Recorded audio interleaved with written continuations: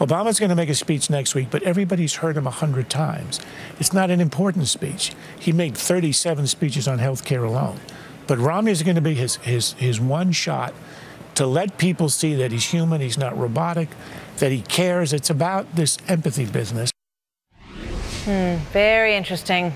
Glad now to be joined by Charles Krauthammer. He is a syndicated columnist, of course, and a Fox News contributor. Charles, good morning. Good to have you with us. A pleasure to be here.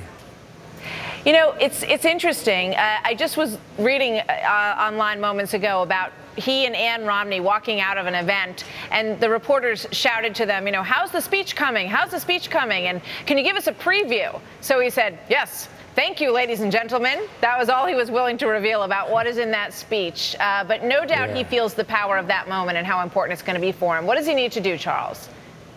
Well, you know, I think it starts with Ann Romney's speech because, as I was trying to explain last night in that clip you showed, Romney's problem is people think he doesn't care. I was looking at a poll this morning, the latest poll on cares most about you. Obama's ahead by 22 points. Now, with this lousy an economy, and with Obama having had 4 years, you know, he's pretending this is a choice election. I've got a plan. You know, he had a plan in 2008. He's been in office 4 years. Plan obviously hasn't worked, so why should people believe he's got another plan? If it's a referendum on Obama and what he's done, he loses. He should be neck and neck.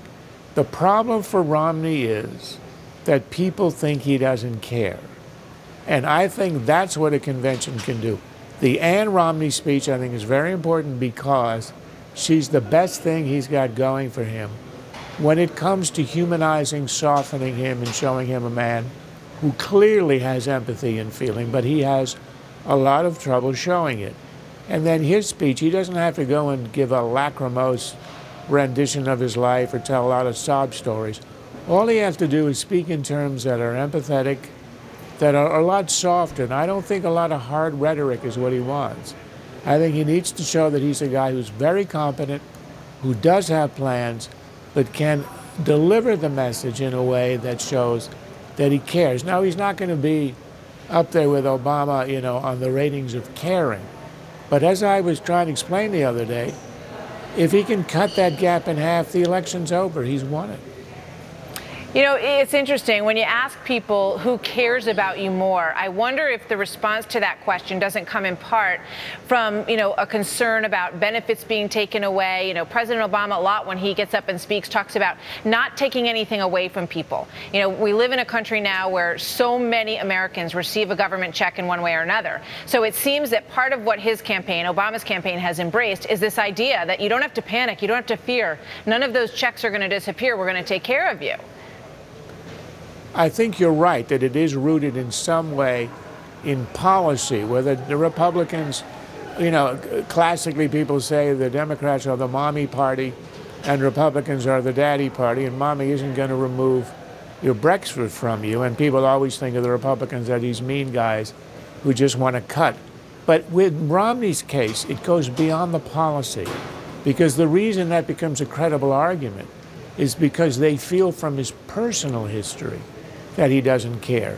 And that's where the hundreds of millions of dollars Obama has spent on all these ads attacking him as a vulture capitalist. And that outside group, the ad they ran where they essentially said that he killed a steel worker's wife, he lays off the steel worker, and then he kills the wife with cancer.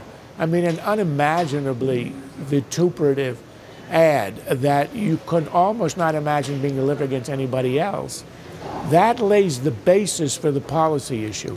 He's a guy who in his history has never cared, so now he's a guy with policies that don't care. That's the Obama argument. And I think on the policy you can win the case by explaining that your policies will save Medicare, save Granny, save the poor, preserve the safety net. But you got to get to the personal part to undo that impressions left by all that negative advertising. That's his task at the convention, and I think he can begin to do it Thursday night. We will see. There's some indications that he has started to sort of loosen up a little bit, become more comfortable with communicating some of those ideas. We'll see if he can bring it home. That's clearly what his campaign wants to accomplish this week. Charles, thank you so much. Always good to have you.